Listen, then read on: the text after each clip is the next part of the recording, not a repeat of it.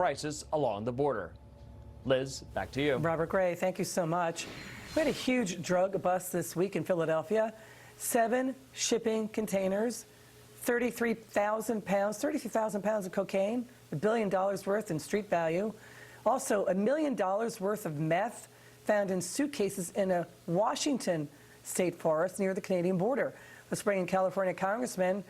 He is Tom McClintock. Sir, I mean, authorities say this is a clear sign drug cartels are really full-on breaking in through the north, not just the south.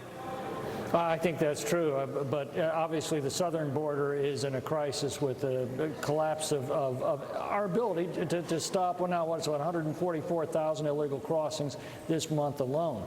But you're correct. I don't think that our security on the northern border is anything to brag about either. Yes, sir. What's your take? Let's switch gears, a different story.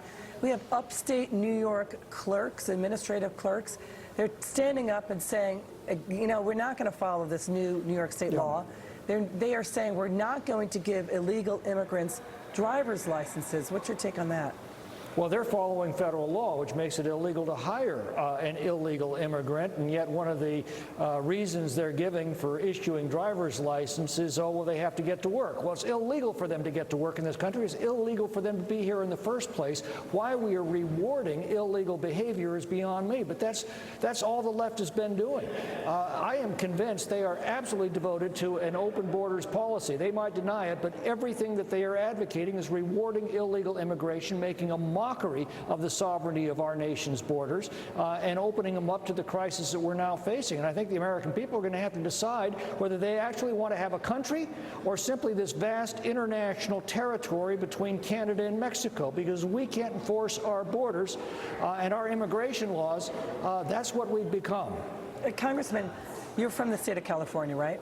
Yeah. There was a big push in that state to give out driver's licenses or ID cards to illegals. The argument was it's a better way to track them. What's your take on that argument?